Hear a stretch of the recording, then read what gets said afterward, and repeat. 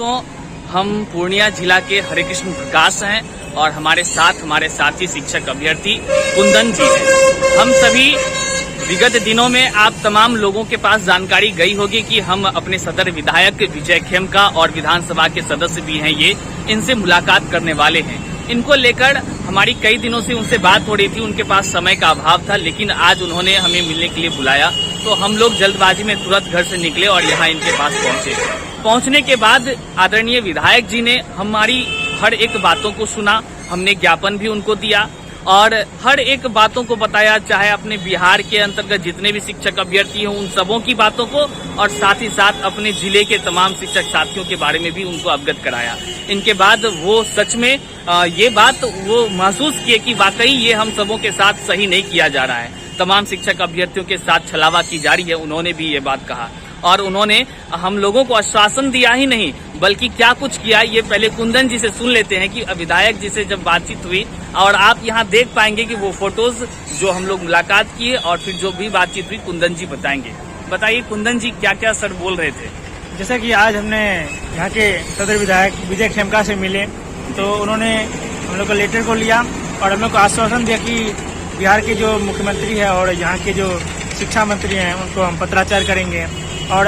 जब विधानसभा का सत्र चलेगा तो वहाँ भी इस मुद्दे को उठाया जाएगा और हम लोग की मांग को वहाँ पे रखा जाएगा। और उस लेटर के पीछे जो हम लोग ज्ञापन दिए थे, पीछे में उन्होंने तत्काल उसी समय 5 पॉइंट के बनाते हुए उन्होंने नोट किया और फिर बार बार यह जिक्र किया कि यह शिक्षा के प्रति का यह मुद्दा है और इस मुद्दे के लिए हम सदैव खड़ा रहे हैं और इस बार हम आपको कुछ ही दिनों में इसका रिजल्ट देते हैं कि हम पत्राचार तो करेंगे ही करेंगे,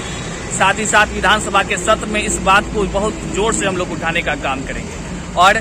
कई मतलब हम लोग लगभग जो है कि 10 मिनट तक हम लोग के साथ समय दिए सर, और काफी सकारात्मक रहा आज का यह हमारा मुलाकात। और हम तमाम शिक्षक अभ्यर्थियों के लिए जिस प्रकार उन्होंने गंभीरता लिया और गंभीरता पूर्वक उन्होंने कहा कि वाकई विद्यालय में हमने एक और पॉइंट को देखा और जो विधायक जी लिख रहे थे वो लिख रहे थे कि विद्यालय में शिक्षकों की घोर कमी है और शिक्षक अभ्यर्थियों को लगभग 3-4 वर्षों से बहाली नहीं दी जा रही है। वो नोट किए उसमें, ताकि वो पत्राचार जब करेंगे तो उस पॉइंट का मेंशन करेंगे। हमने ये भी उनसे कहा कि सर 31 जुलाई का या मतलब कि एक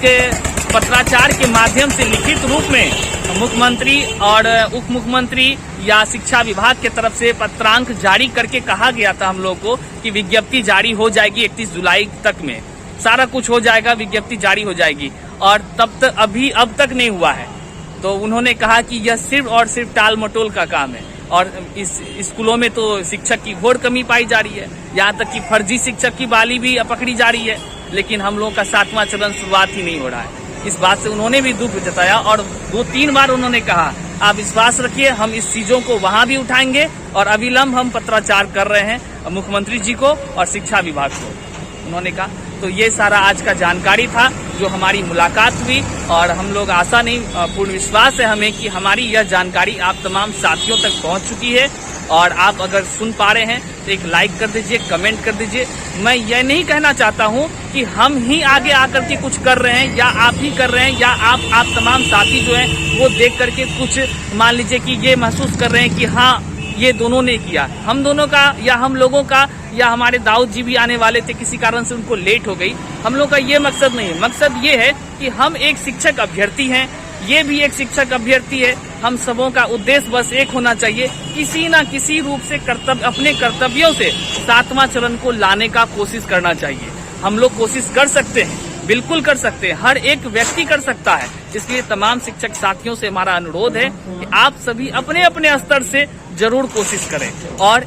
अंततः एक और बात हम कहना चाहेंगे कि ना तो हम कभी टीका टिप्पणी किसी पर करना चाहते हैं, ना ही हम तमाम शिक्षक अभ्यर्थियों को करनी चाहिए, बल्कि अपने कर्तव्यों का परिचय देना चाहिए। आपके कर्तव्य, आपके कार्य ही आपकी पहचान होती है। इसी के साथ धन्यवाद दोस्तों, थैंक यू।